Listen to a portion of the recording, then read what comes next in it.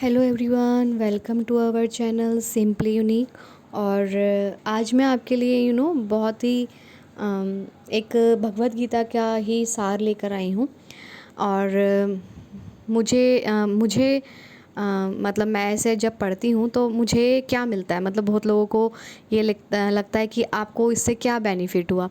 तो मैं इसके बेनिफिट की आपको बात बताती हूँ। जब भी मैं इसे पढ़ती हूँ तो मुझे एक बेनिफिट होता है कि मुझे मतलब मैं रिलैक्स हो जाती हूँ, हैप्पी हो जाती हूँ।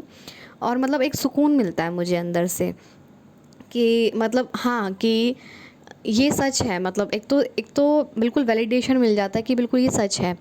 और फिर मन को सुकून और शांति अपने आप आ जाती है सच को जान के और अलग से ही मतलब एक माइंड का पीस ऑफ माइंड मिलता है। तो मैं भी आपको ये गीता सार सुना देती हूँ जो अक्सर मैं पढ़ती हूँ। और मतलब जब भी मुझे माइंड रिलैक्स करना होता है तो मैं इसे सुन लेती हूँ।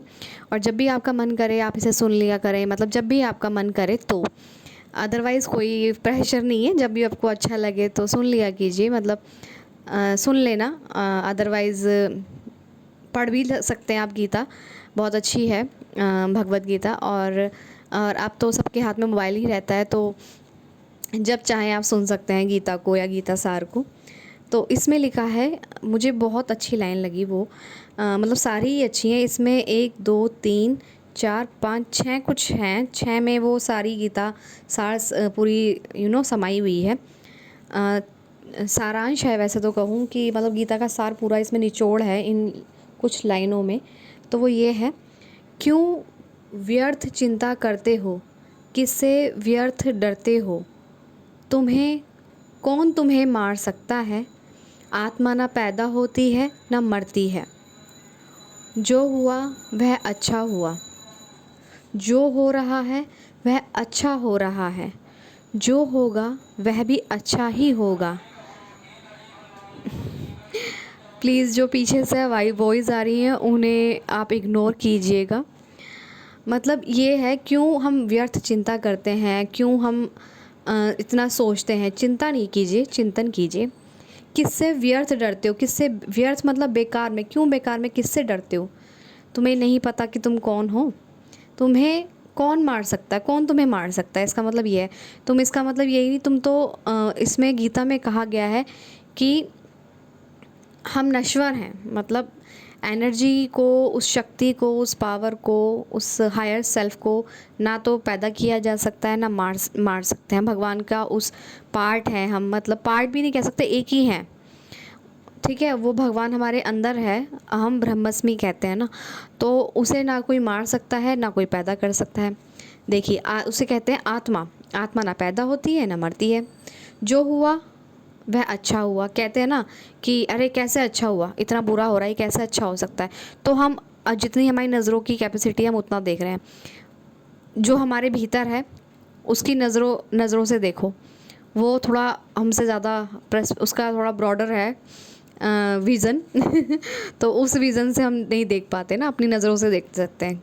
हम बस अपने अपने जो अराउंड हो रहा होता है, रियलिटी होती है, उसके उसमें खुद जाते हैं।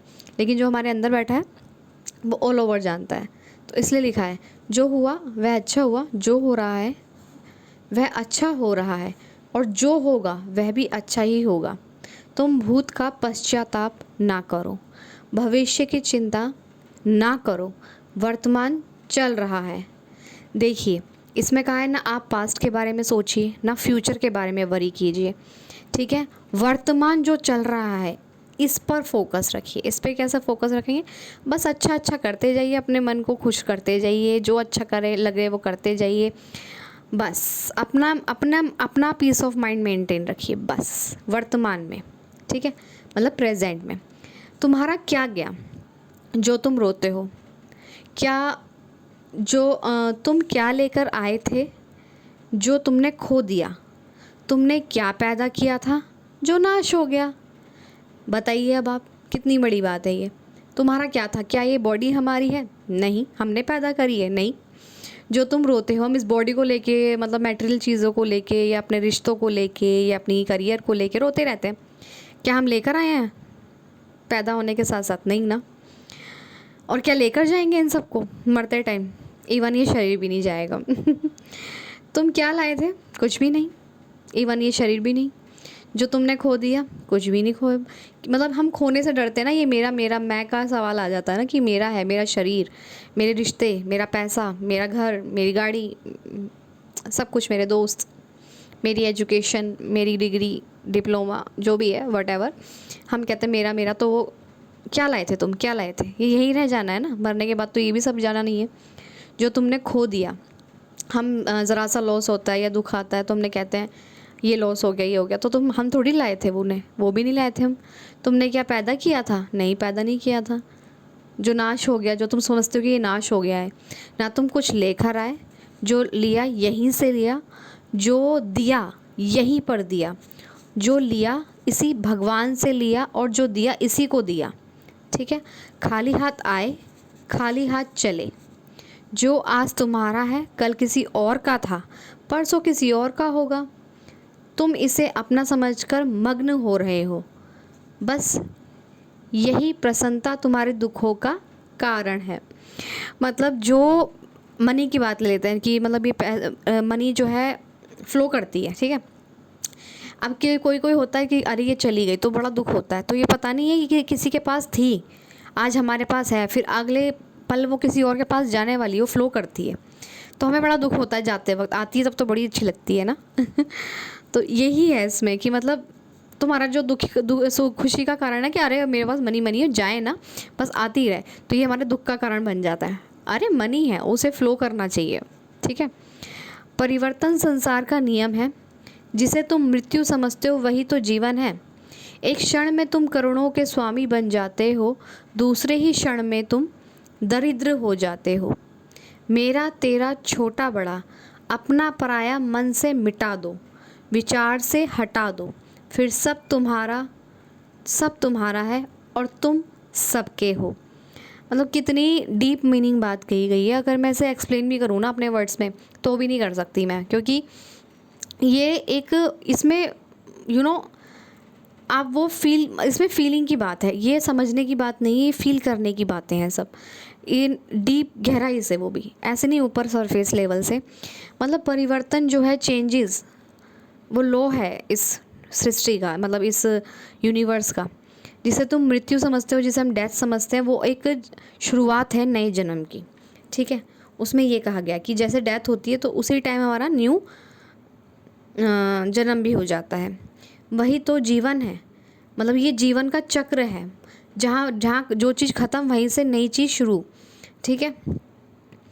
एक क्षण में तुम करोड़ों के स्वामी बन जाते हो, करोड़ों के स्वामी, मतलब एक ही झटके में आपको वो, उसके पास इतनी पावर है उस शक्ति के पास कि आपको वो करोड़ों में, मतलब मिनटों में वो करोड़ों का राजा बना सकता है, और दूसरे ही क्षण में तुम्हें भिखारी में लाके पटक सकता है। कहते हैं ना उसकी लाठी में आवाज़ नहीं होती, इस टाइप से। मेरा तेरा छोटा बड़ा, अपना पराया मन से मिटा दो, मतलब सबको एक ही नज़र से देखना, उस भगवान की सृष्टि से देखना। उस भगवान की सृष्टि से देखने का मतलब जो चीज़ जैसी उसे वैसी देखना, अपनी टिप्पणी ना करना, सबको सोर्स की नज़र से, मतलब उस शक्ति, उस भगवान की नज़र से देखना कि सब उसके बच्चे हैं, ठीक है। बट सबकी माइंड की अपब्रिंगिंग और कंडीशनिंग अलग है, तो हम उसके अकॉर्डिंग देखते हैं, ये कहा गया है। फिर सब तुम्हारा है, तुम सबके हो। अगर तुमने ये बैरियर हटा दिया, अपने थॉट, अपनी जजमेंट, अपनी ईगो, सब कुछ साइड में रख के जो जैसा है उसको वैसे ही देख लिया, जो बुरा है ठीक है, उसमें ज़्यादा टिप्पणी नहीं करी, जो अच्छा है अच्छा, उसमें ज़्यादा टिप्पणी नहीं करी, अच्छा बुरा का ठप्पा नहीं लगाया जिस पे, तो फिर सब तुम्हारा है और तुम सबके हो। ना यह शरीर तुम्हारा है, ना तुम इस शरीर के हो।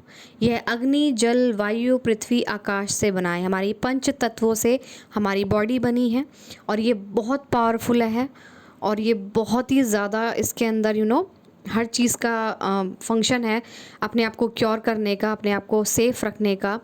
ये इतने अच्छे इसके प्रोग्रामिंग है हमारे शरीर की, और ये कॉम्प्लेक्स से कॉम्प्लेक्स और सरल से सिंपल भी है।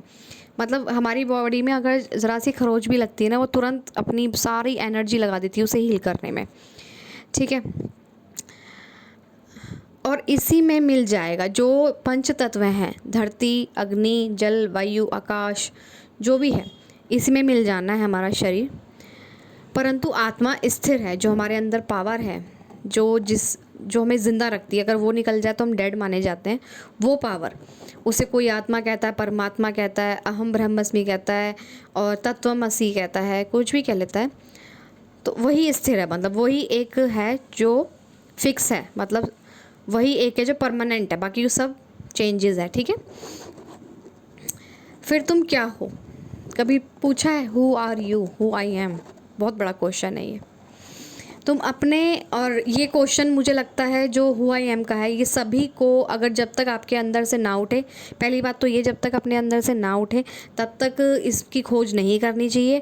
और जब आपके अंदर से अर्ज उठ जाए कि मुझे जानना है कि हु आई एम, तो अपने लेवल पर जानो, किसी की सुनी सुनाई बातों पर ना ही जाने तो बेहतर है। क्योंकि हमारे बहुत से ऋषि मुनि पुराण उपनिषद लिख के गए हैं, वो इसीलिए ही लिख के गए हैं ताकि हमें हेल्प हो सके।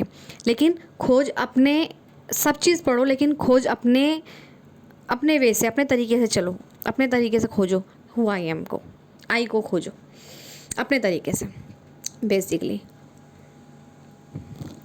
ठीक है, तुम अपने आप को भगवान के अपने आप को भगवान के अर्पित करो। यह सबसे उत्तम सहारा है।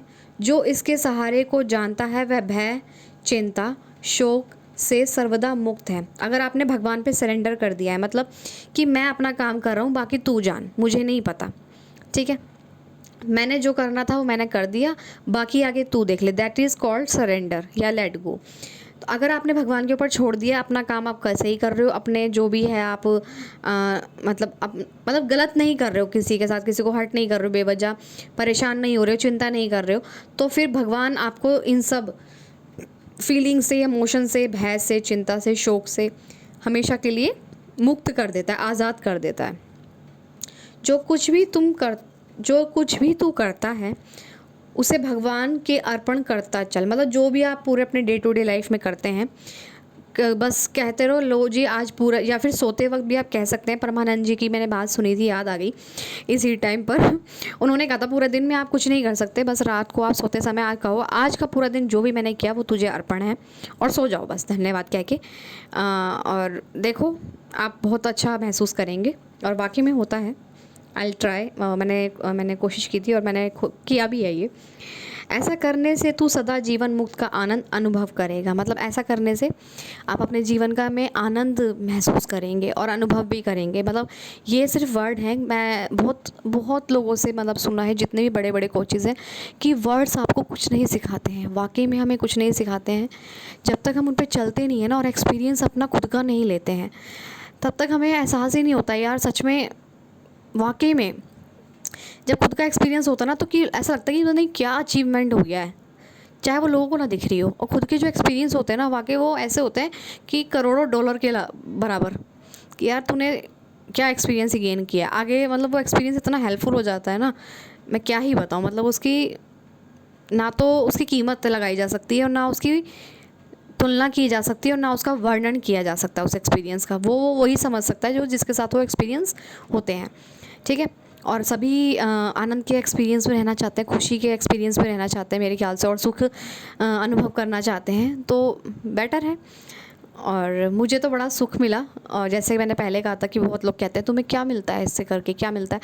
तो देखिए मैं यहाँ पर सब अपने, मुझे तो अच्छा लगता है, मैं तो अपने एक्सपीरियंस शेयर करने आती हूँ बस। मुझे क्या मिलता है क्या नहीं मिलता वो चीज़ सेकेंडरी है।